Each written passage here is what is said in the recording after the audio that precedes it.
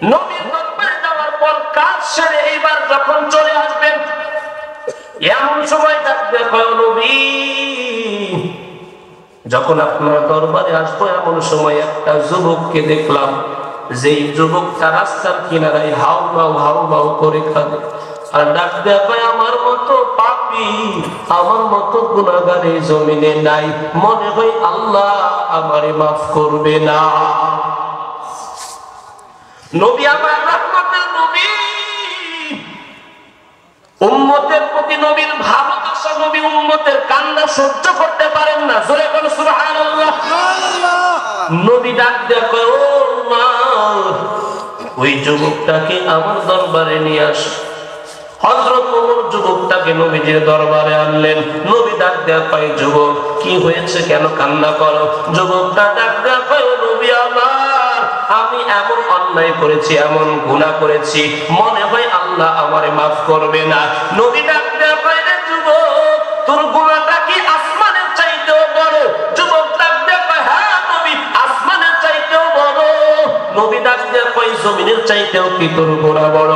আল্লাহর কুরসির চাইতেও কি তোর গুনাহ বড়? যুবকটা ডাক দেয়া কয় নবী, আমার তো মনে হয় তার চাইতেও বড় আমার গুনাহ।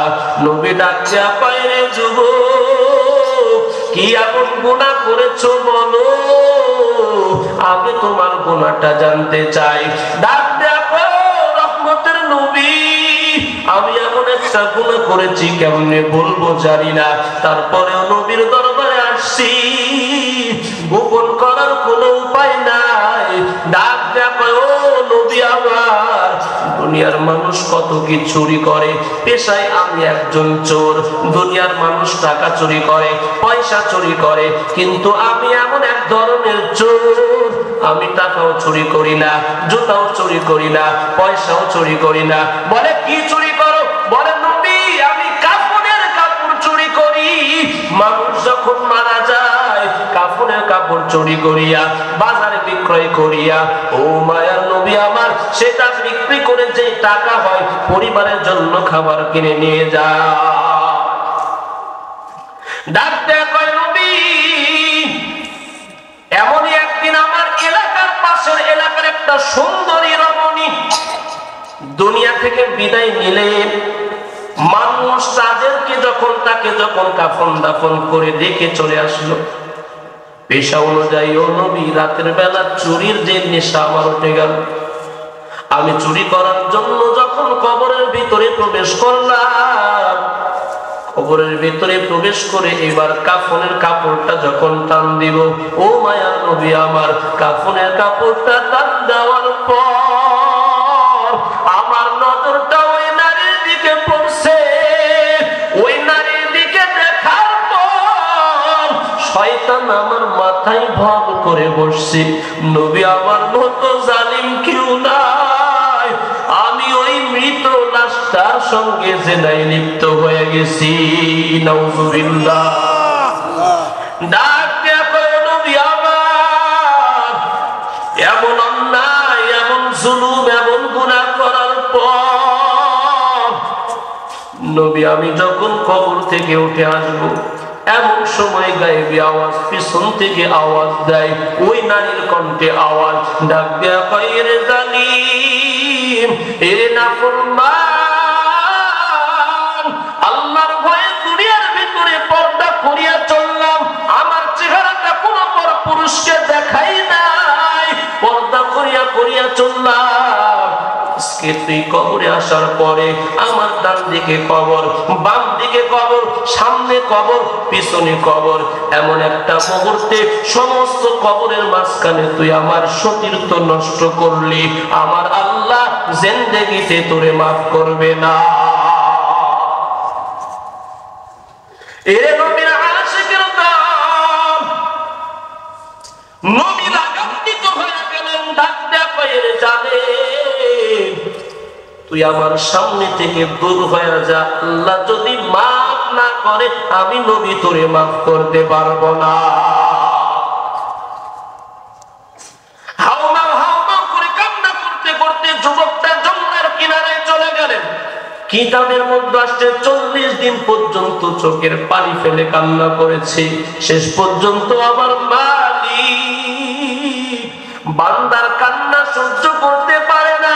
কোন বান্দা যখন ইখলাসের সাথে তওবা করে, একাগ্রতার সাথে তওবা করে, ডাক দেয়া বলে, ও মালিক, জিন্দেগিতে যত গুনাহ করেছি আর করব না, যত অন্যায় করেছি আর করব না। ও আল্লাহ, গুনার কারণে আমার হাত দুইটা নাপাক, গুনার কারণে আমার জবানটা নাপাক, গুনার কারণে আমার অন্তরটা নাপাক, আমারে মাফ করিয়া দেন। চোখের পানি ফেলে বান্দা যখন দোয়া করে, আল্লাহ ওই বান্দার দোয়া কবুল করে নেয়।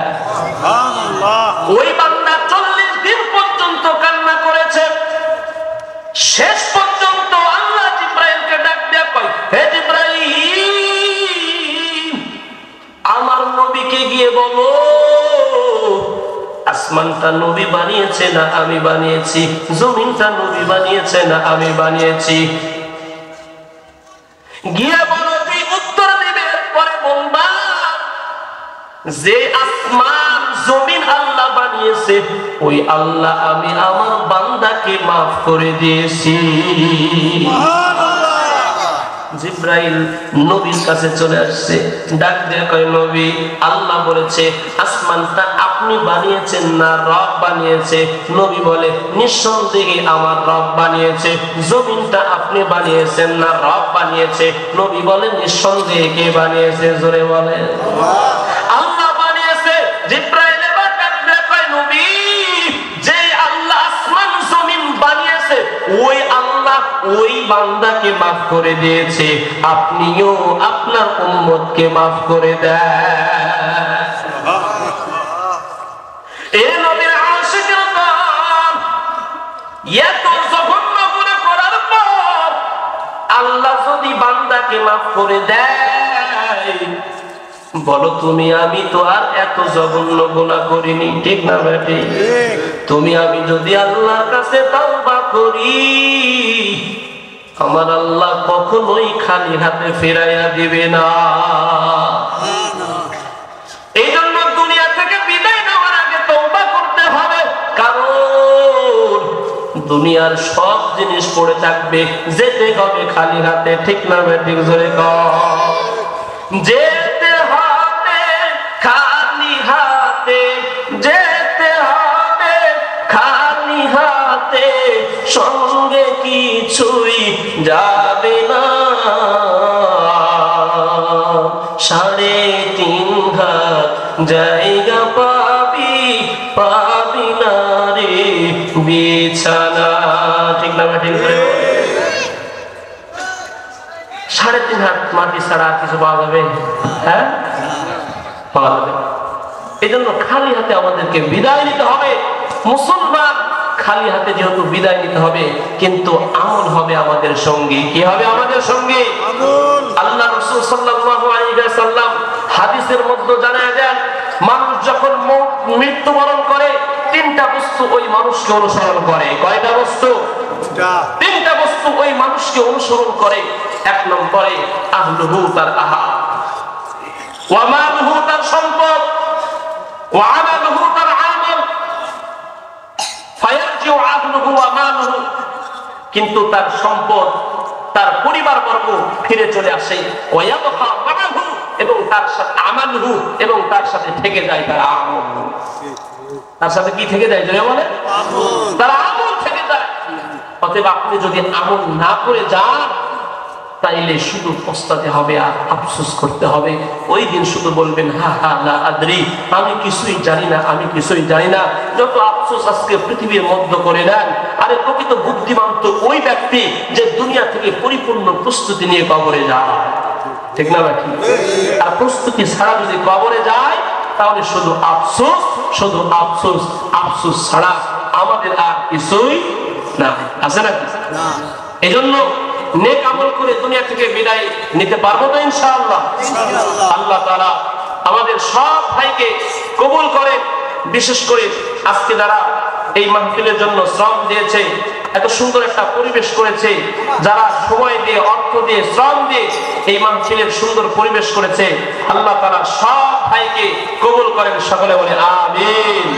প্রিয় উপস্থিতি,